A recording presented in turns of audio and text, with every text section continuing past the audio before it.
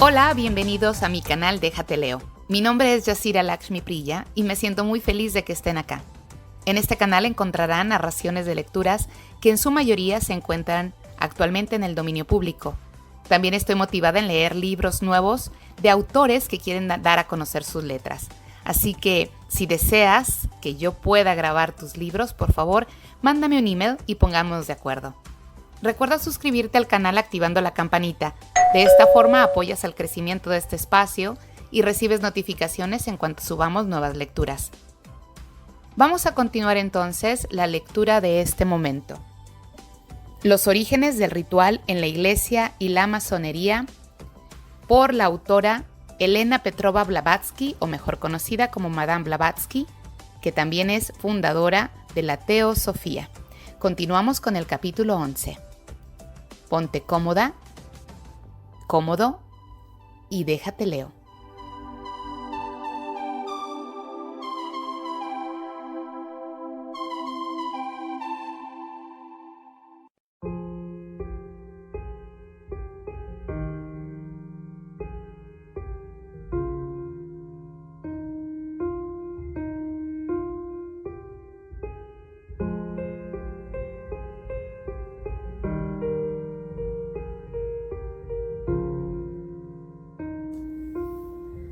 Capítulo 11.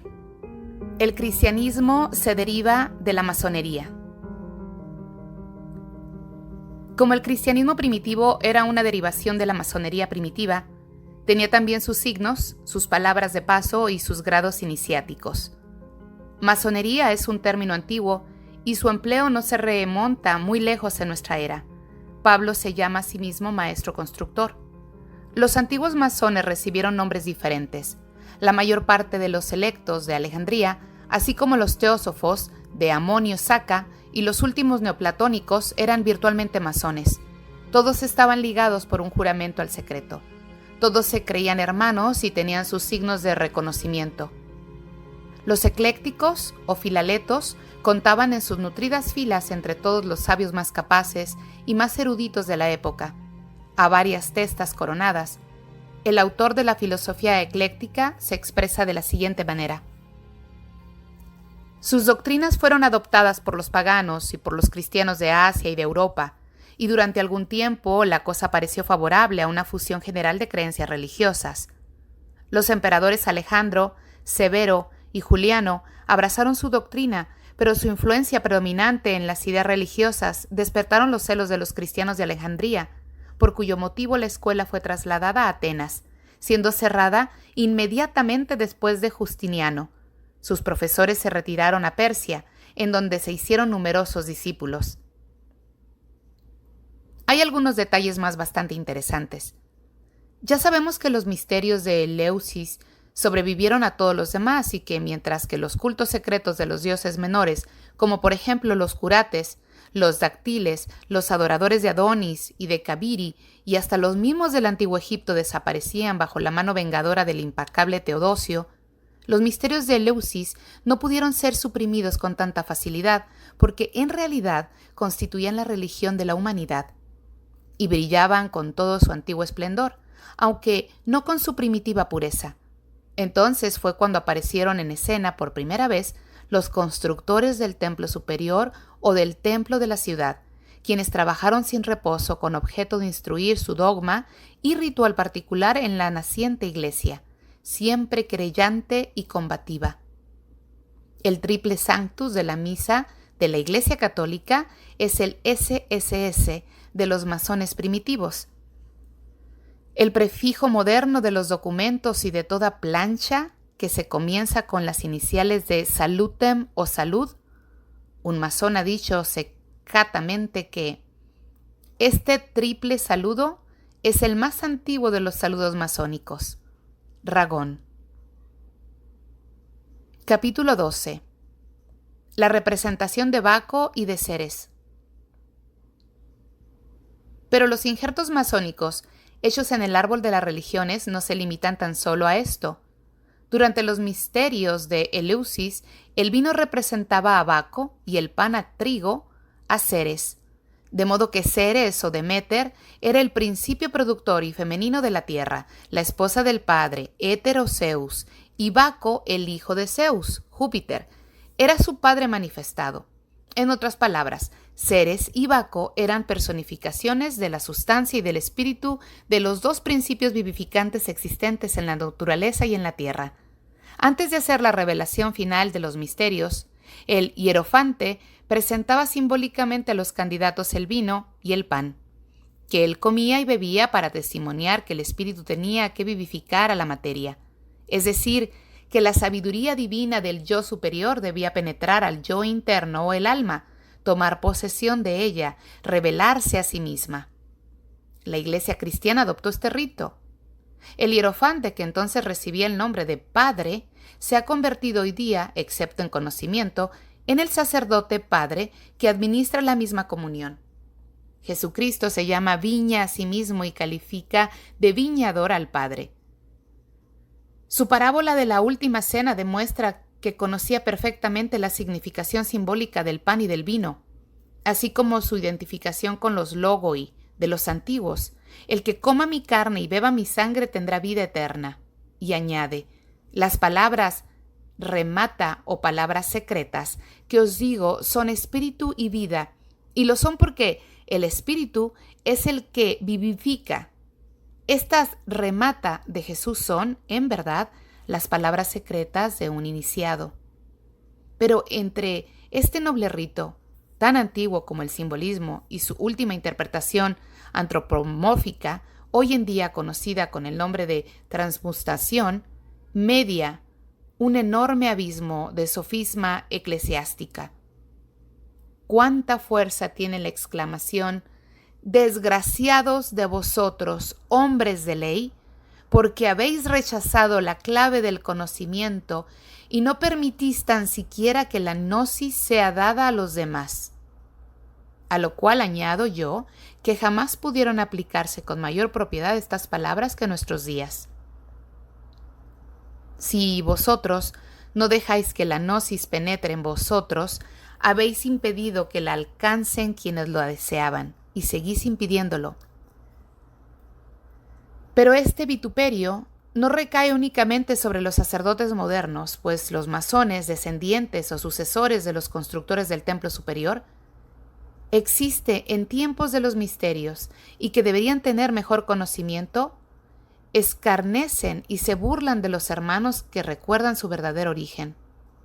Podríamos citar a muchos grandes sabios y cabalistas modernos pertenecientes a la masonería, cuyos estudios son mirados con verdadera indiferencia por sus hermanos. Es la historia de siempre. Hasta el mismo Ragón, el más erudito de los masones actuales, se lamenta en los siguientes términos. Todos los antiguos relatos demuestran que las iniciaciones se realizaban en la antigüedad con un imponente ceremonial que se ha hecho memorable para siempre debido a las grandes verdades que divulgaron y al conocimiento resultante de las mismas. Y a pesar de esto, algunos masones modernos que pasan por pseudosabios califican de charlatán a todo aquel que, por ventura suya, recuerda las antiguas ceremonias y quiere expresárselas. Curso filosófico. Capítulo 13. Las letanías de la Virgen María. Vanitas vanitatum. Nada hay nuevo bajo el sol. Las letanías de la Virgen María vienen a demostrar la verdad de las palabras de Salomón. El Papa Gregorio I estableció la adoración de la Virgen María, y el Concilio de Calcedonia la proclamó Madre de Dios. El autor de las letanías no teme, quizás por su falta de inteligencia, embellecerlas con títulos y adjetivos paganos, como ahora voy a demostrar. No hay ni un solo símbolo, ni una sola metáfora en estas famosas letanías que no pertenezcan a una multitud de diosas. Todas ellas son reinas, vírgenes o madres. Estos tres títulos se aplican a Isis, Rea, Cibeles, Diana, Lucifera, Lucina, Luno, Telus, Latona, Triformis, Proserpina, Hécate, Juno, Vesta, Ceres, Leucotea, Astarte, la celeste Venus y Urania, alma Venus, etcétera, etcétera. Paralelamente, al primitivo significado de la Trinidad, significado esotérico, sea Padre, Madre e Hijo, encontramos la Trimurti occidental, Dios de tres caras, que en el panteón masónico se representa por medio del Sol, la Luna y el Venerable. Trinidad, que es una ligera alteración de la constituida por el norte o fuego germánico, el Sol y la Luna. Tal vez fue el conocimiento íntimo de esto lo que indujo al maestro Ragón a escribir la siguiente profesión de fe. Tengo para mí que el Hijo es idéntico a Horus, el hijo de Osiris y de Isis, es decir, el sol que salva todos los años al mundo de la esterilidad y a todas las razas de la muerte universal. Y luego continúa hablando de él, de las letanías de la Virgen María, de los templos, fiestas, misas y servicios de la Iglesia, peregrinaciones, oratorios, jacobinos, franciscanos, vestales, prodigios, exvotos, nichos, estatuas, etc. El famoso hebraísta de Malville, traductor de la literatura rabínica, observa que los judíos dan a la luna todos los nombres que se encuentran en la letanía, los cuales son utilizados para glorificar a la Virgen. Este autor encuentra en las letanías de Jesús todos los atributos de Osiris, el sol eterno, y de Horus, el sol anual, y lo demuestra así. Mater Christi es la madre del Redentor de los antiguos masones, o sea, del sol. Los Oipolloi egipcios pretendían que el niño, o símbolo de la gran estrella central, Horus, era el sol de Osiris e Isis, cuyas almas habían pasado a animar después de la muerte al sol y a la luna. Los fenicios dieron a Isis el nombre de Astarte, nombre con el que adoraban a la luna, a la cual personificaban como una mujer adorada con cuernos que simbolizaban el cuarto creciente lunar. Cuando, en el equinoccio de otoño, el esposo de Astarte, el sol, era vencido por el príncipe de las tinieblas y descendía a los infiernos, los fenicios representaban a la diosa llorando por la pérdida del esposo, que era, al mismo tiempo, su hijo. Como llorara también Isis por la de su esposo, hermano e hijo, Osiris Horus. Astarte sostiene en la mano una varita cruciforme, una cruz regular, y pisa llorosa el cuarto creciente lunar. La Virgen María suele ser representada en la misma actitud, de pie sobre la luna nueva, rodeada de estrellas y llorando a su hijo. Justa crucen lacrimosa dum pendebat fitius. Véase Shabbat Mater Dolorosa.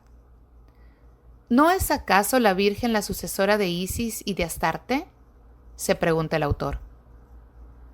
Basta escuchar las letanías de la Virgen recitadas en la Iglesia católica romana para percatarse de que no se hace otra cosa que repetir los encantamientos dirigidos a la diosa Adonaida, Venus, la cual fue madre de Adonis, el dios solar de tantas naciones, a Milita, la Venus asiria, diosa de la naturaleza, a Lilat, simbolizada por los árabes con 2 cuernos lunares, a Selene, mujer y hermana de Helios, el sol dios de los griegos, o a la Magna Mater, honestísima, purísima, castísima Madre universal de todos los seres, porque es la Madre Naturaleza. María es indudablemente la Isis Mirionimus, la diosa madre de los 10.000 nombres, y así como el sol, que era Febo en los cielos, se convertía en Apolo en la tierra y en Plutón en las regiones inferiores, después de ponerse el sol, así también la luna, que era Feba en los cielos y Diana en la tierra, Gaia, Latona, Ceres, se transformaba en Hécate y Proserpina al llegar al Hades. Y, ¿cómo nos ha de extrañar que María sea llamada Regina Virginium, reina de las vírgenes, y castísima, si hasta las oraciones que se ofrecen a la 6ª hora de la mañana y de la tarde están copiadas de las que cantaban los gentiles paganos a las mismas horas en honor a Feba y de Hécate? Sabido es que el verso Estela Matutina de las letanías de la Virgen es una copia fiel del que se encuentra en las letanías de la Triformis pagana. El concilio condenó a Nestorio por haber sido él que, por primera vez, dio a María el nombre de Madre de Dios, Mater Dei. Más adelante diremos algo acerca de esta famosa letanía de la Virgen y demostraremos a satisfacción cuál es su origen. Tomaremos nuestras pruebas de los clásicos y modernos a medida que avancemos y completaremos la cuestión con los anales de las religiones existentes en la doctrina esotérica. Pero, mientras tanto, podemos añadir algunas ideas y dar la etimología de los términos más sagrados del ritual eclesiástico. Capítulo 14. Los constructores del templo superior. Prestemos unos momentos de atención a asambleas, constructores del templo superior, existentes en los primeros tiempos del cristianismo. Ragón ha demostrado plenamente el origen de los términos siguientes. Inciso A. La palabra misa se deriva de la latina mesis, cosecha, la siega, las mieses y frutos recogidos, de la cual viene la palabra Mesías, el que hace las cosechas, y mieses, o sea, el Cristo Sol. Inciso B. La voz logia, utilizada por los masones, endebles sucesores de los iniciados, tiene por raíz a loga, loca en sánscrito, que significaba una localidad y un mundo, y a la palabra griega logos, el verbo, el discurso, cuyo significado total es un lugar en el que se discuten ciertas cosas. Inciso C. Las reuniones de los logos de los masones primitivos terminaron por recibir el nombre de sinaxis, asambleas, de hermanos, cuyo objeto consistía en orar y celebrar la cena, y donde únicamente se utilizaban ofrendas no manchadas de sangre, como frutos y cereales.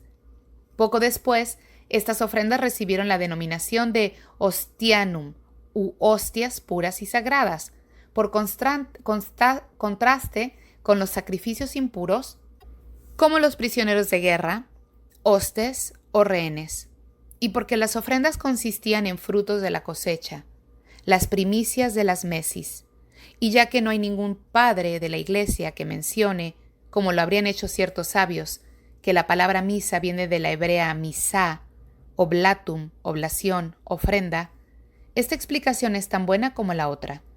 Léase la investigación relativa a misá y misda expuesta en los gnósticos de King.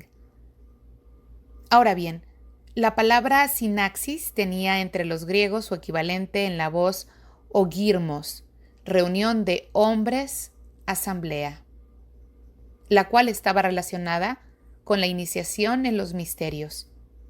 Las dos palabras sinaxis y agrimos cayeron en desuso, conservándose en cambio el término misa. Los teólogos, deseosos de velar por la etimología del término Mesías, Mesía, dirán que se deriva de la palabra latina missus, mensajero, el enviado, pero en tal caso también podría aplicarse esta palabra al sol, que es el mensajero anual, enviado para aportar una nueva vida a la tierra y a su producción. La palabra hebrea Mesías o Masía, el ungido, de Masak, ungir, difícilmente podría aplicarse en el sentido eclesiástico, ni justificarse su empleo como auténtico, como tampoco puede defenderse que la palabra latina misa, se derive de la voz latina mitere, misum, enviar, y como el servicio de la comunión, corazón y alma de la misa, se basa en la consagración y oblación de la hostia, sacrificio, la cual consiste en un pan ácimo, pan delgado como una hoja, que representa el cuerpo de Cristo en la Eucaristía. Ese pan de flor de harina es un desarrollo directo de la cosecha o ofrenda de cereales. Además, las misas primitivas no eran sino cenas o sencillas comidas de los romanos en donde ellos hacían abluciones, eran ungidos y llevaban un vestido cenatori. Esas misas fueron consagradas con el tiempo a la memoria de la última cena de Cristo. Los judíos conversos se reunían en tiempo de los apóstoles en su sinaxis para leer los evangelios y la correspondencia, epístolas. San Justino dice, en el año 150 de nuestra era, que estas solemnes asambleas se celebran el día llamado Sun, el Día del Señor, y en latín Dies Magnus. En esos días se cantaban salmos y se hacía la colación del bautismo con agua pura y el ágape de la Santa Cena con agua y vino. ¿Qué tiene, pues, que ver esta híbrida combinación de comidas romanas y paganas ergidas en misterios sacros por los inventores de los dogmas eclesiásticos, con el Mesías hebreo, el que debe descender al abismo o Hades, o con Mesías, que es su traducción griega? Norck ha demostrado que Jesús nunca fue ungido como gran sacerdote ni como rey, y por esta razón su nombre de Mesías no puede derivarse de la palabra hebrea equivalente, mucho menos cuando la voz ungido o frotado con óleo terminó homérico, es chis y crío, cuyas dos palabras significan ungir el cuerpo con aceite. Las siguientes frases, debidas a un masón de grado elevado, el autor de la Source de Mesures, resuelven este embrollo secular en unas cuantas líneas.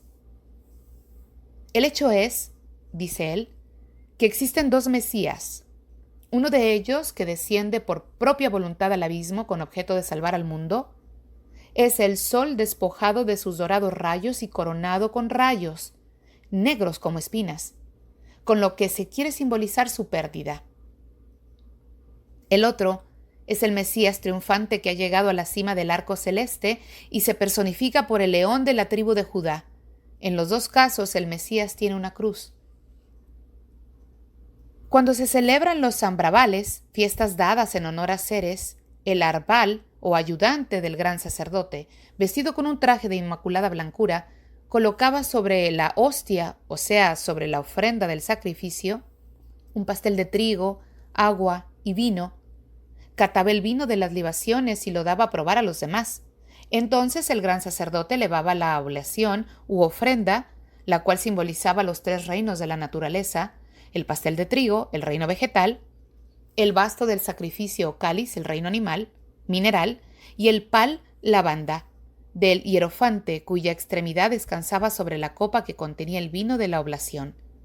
Esta banda se fabricaba con lana pura y blanca de vellocino de cordero. Los sacerdotes modernos repiten los actos del culto pagano, gesto por gesto. Ellos elevan y ofrendan el pan para la consagración, bendicen el agua que ha de beberse en el cáliz, echan encima el vino, inciencian el altar, etcétera, etcétera. Y cuando vuelven al altar, se lavan los dedos diciendo: «Yo me lavaré las manos entre los justos y daré la vuelta a tu altar».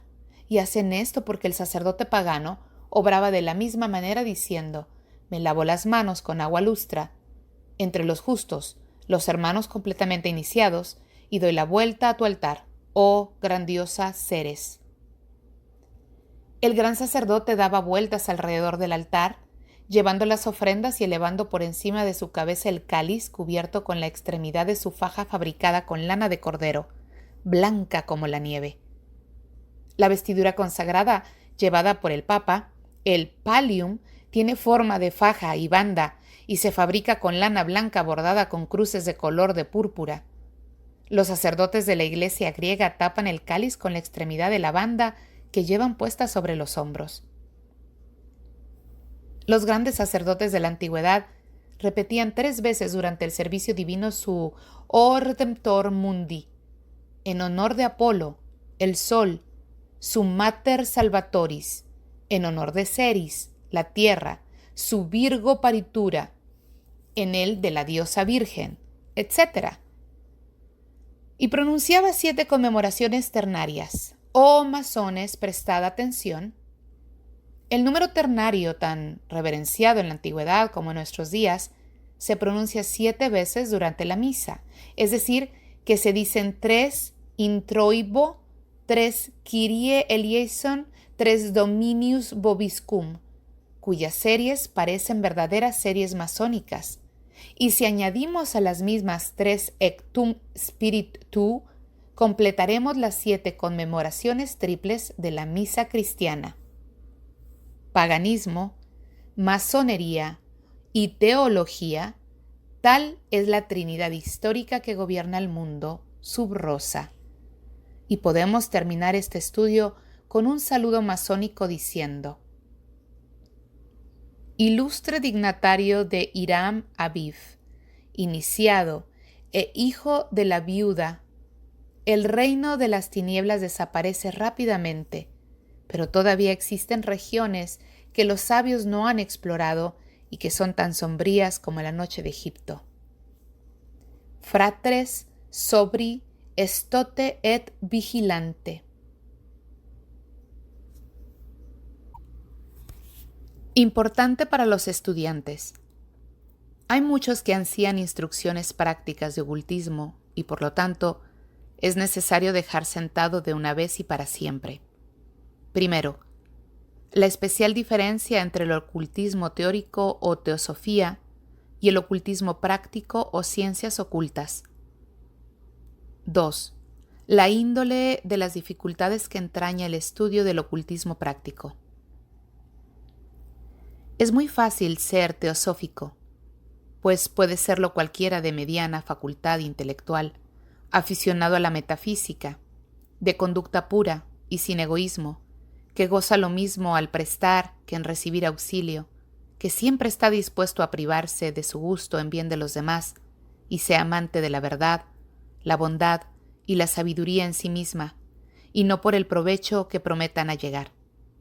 Pero es muy distinto entrar en el sendero que conducen al conocimiento de lo que debe hacerse, discerniendo acertadamente entre el bien y el mal, y también conduce al hombre al punto en que le es posible hacer cuanto bien desea, sin ni siquiera a veces levantar en apariencia un dedo de la mano. Además, hay un importante hecho que le conviene conocer al estudiante, y es la enorme y casi ilimitada responsabilidad asumida por el instructor en beneficio del discípulo. Desde los gurús orientales hasta los pocos cabalistas de países occidentales que enseñan los rudimentos de la ciencia sagrada, ignorantes muchas veces del riesgo a que se exponen, todos los instructores están sujetos a la misma ley inviolable. En cuanto empiezan a enseñar de veras y confieren tal o cual poder o facultad a sus discípulos, sea de índole física, psíquica o mental, cargan sobre sus hombros todos los pecados del discípulo, ya de omisión, ya de comisión, que se refiere a las ciencias ocultas hasta el momento en que el discípulo llega a maestro, y es directamente responsable. Hay una mística y fatal ley religiosa que reverencian y observan los cristianos de la Iglesia griega, que tienen medio olvidada los de la romana, y está absolutamente abolida entre los protestantes. Data de los primeros días del cristianismo y es símbolo y expresión de aquella otra ley oculta en que antes nos referíamos acerca de las relaciones entre el maestro y el discípulo. Consiste en que el padrino y la madrina de la criatura, en las fuentes bautismales, contraen parentesco espiritual entre sí y con su ahijado. Los padrinos toman tácitamente sobre sí todos los pecados del ahijado, hasta que éste tiene uso de razón para conocer el bien y el mal y es responsable de sus actos.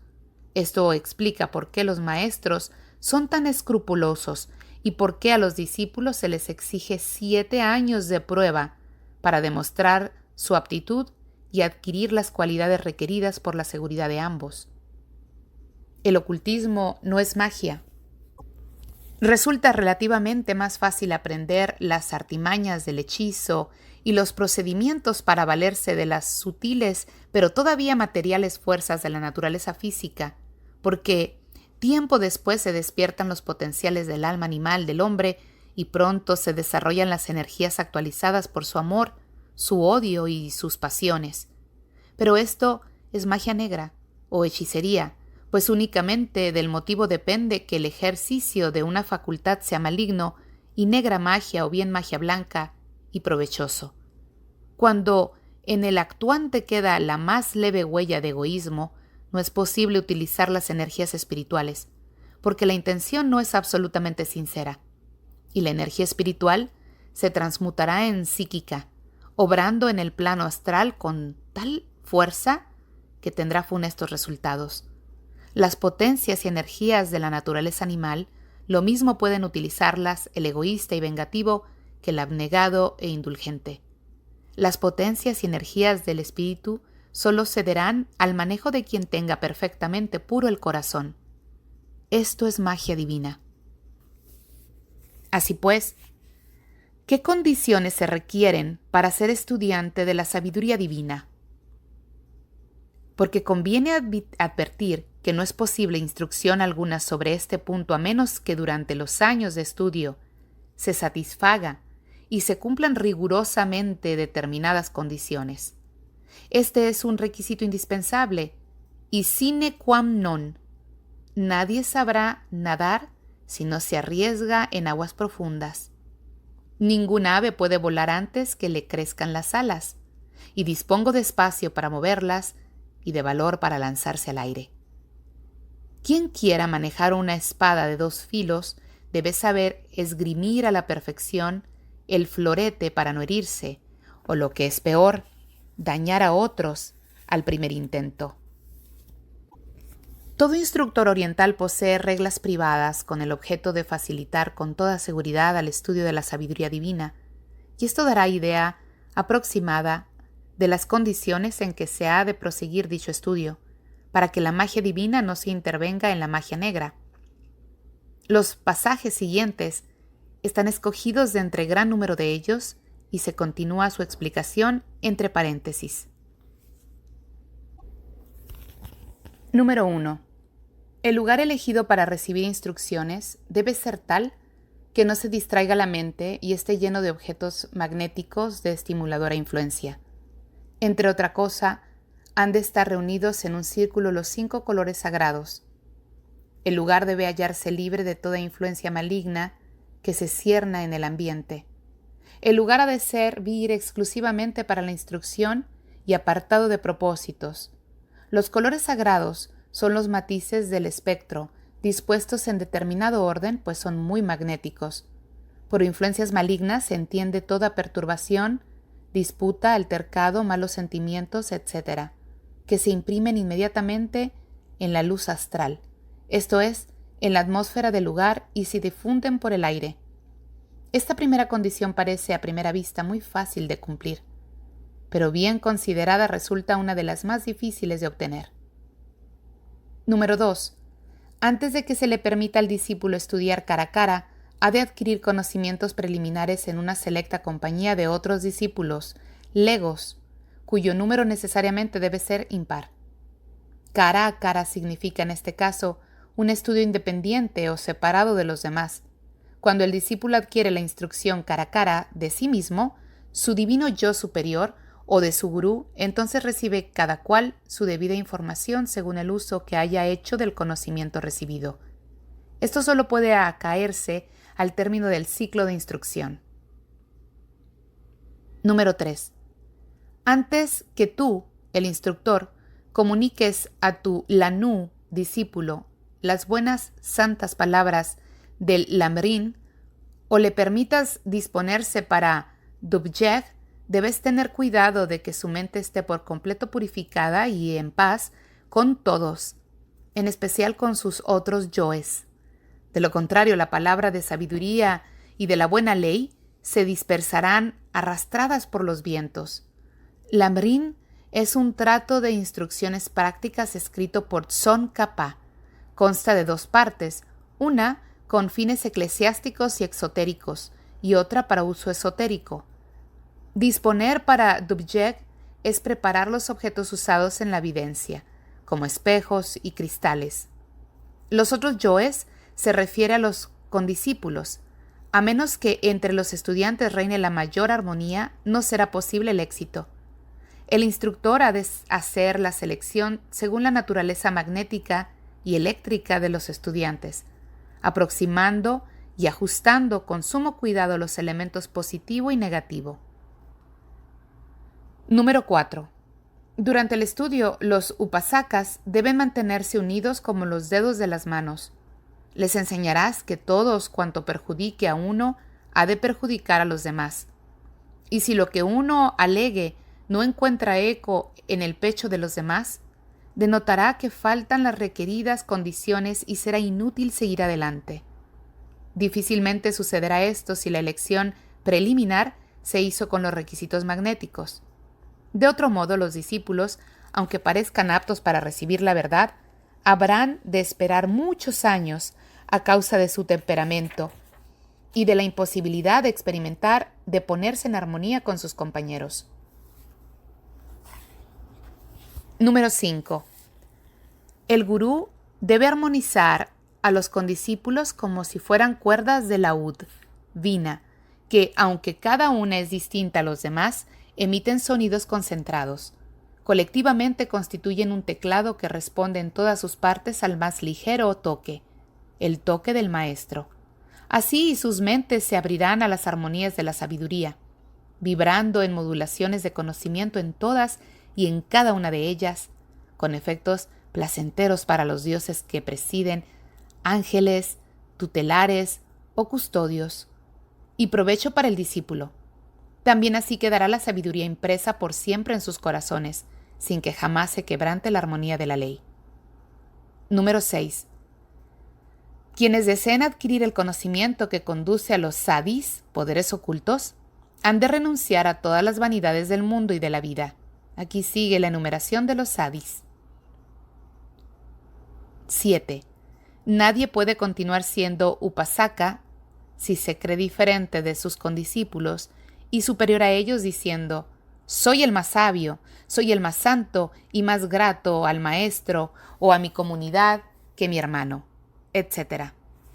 Los pensamientos de upasaka han de estar predominantemente fijos sobre su corazón, eliminando de él todo pensamiento hostil o cualquier ser viviente y llenándolo del sentimiento de su unidad con los demás seres y con todo cuanto en la naturaleza existe. De lo contrario, no es posible el éxito. 8. Un Lanu, discípulo, solo ha de reunir las influencias externas, las emanaciones magnéticas de las criaturas vivientes. Por lo tanto, aunque en unidad con todo en su interna naturaleza, ha de tener cuidado de apartar su cuerpo externo de toda influencia extraña.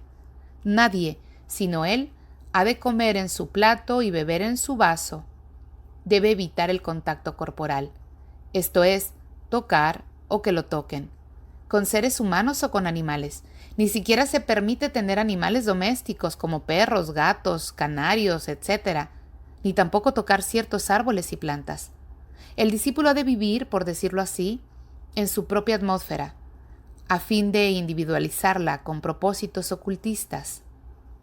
Número 9.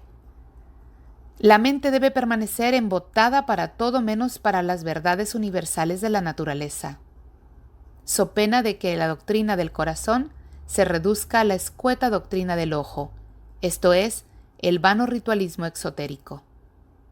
Número 10. El discípulo no debe tomar alimentos de índole animal, ni nada que tenga vida. Tampoco ha de beber vino, ni licores, ni usar opio, pues todas estas cosas son como los espíritus malignos y mayin, que se aferran al incauto y devoran el entendimiento. El vino y los licores conservan y contienen el siniestro magnetismo de cuantas personas contribuyen a elaborarlos. La carne conserva las características psíquicas del animal del que procede. 11. Los medios más eficaces de adquirir conocimiento y disponerse a recibir la sabiduría superior son las meditaciones, la abstinencia, el cumplimiento de los deberes morales, los pensamientos apacibles, las palabras amables, las buenas acciones y la benevolencia hacia todo, con entero olvido de sí mismo. 12.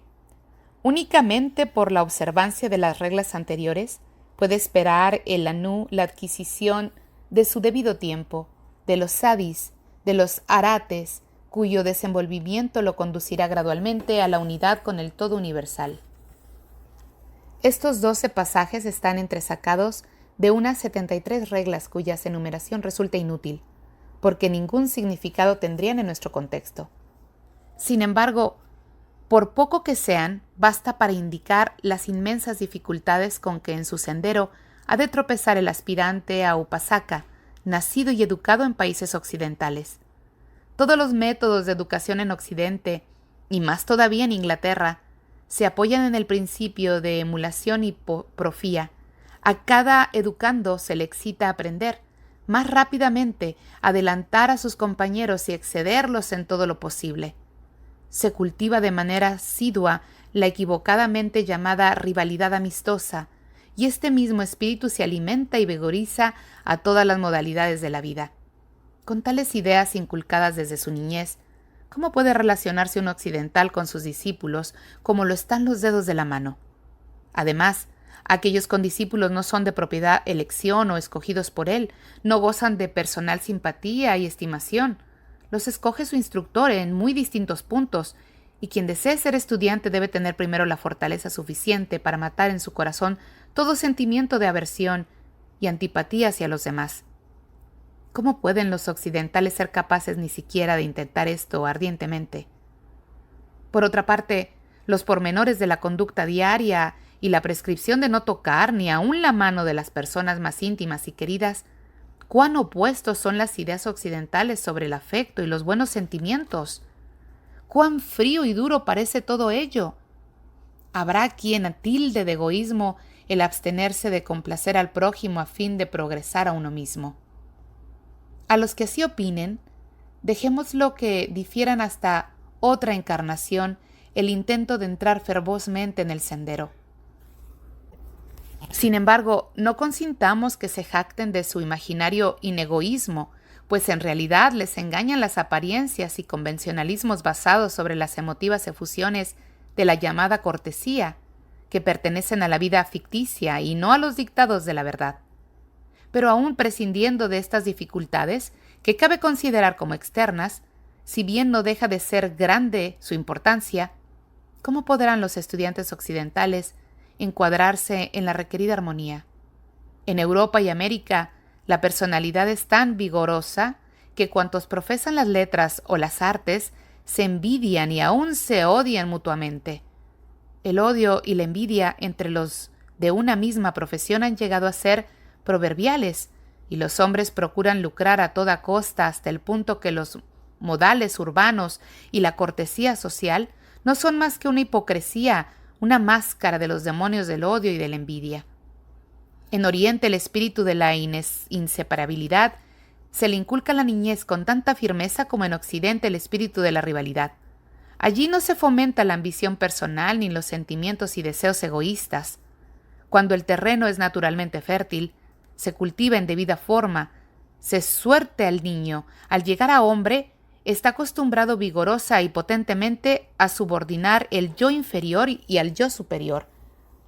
En Occidente predomina la creencia de que el principio guiador de la conducta es el gusto y disgusto que inspiran los demás hombres y cosas, aunque no lleguen a convertir dicho principio en norma de vida ni traten de imponerlo a nadie.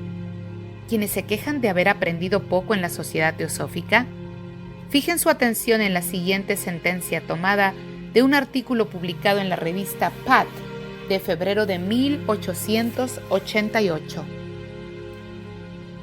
En cada uno de los grados, la clave está en el mismo aspirante.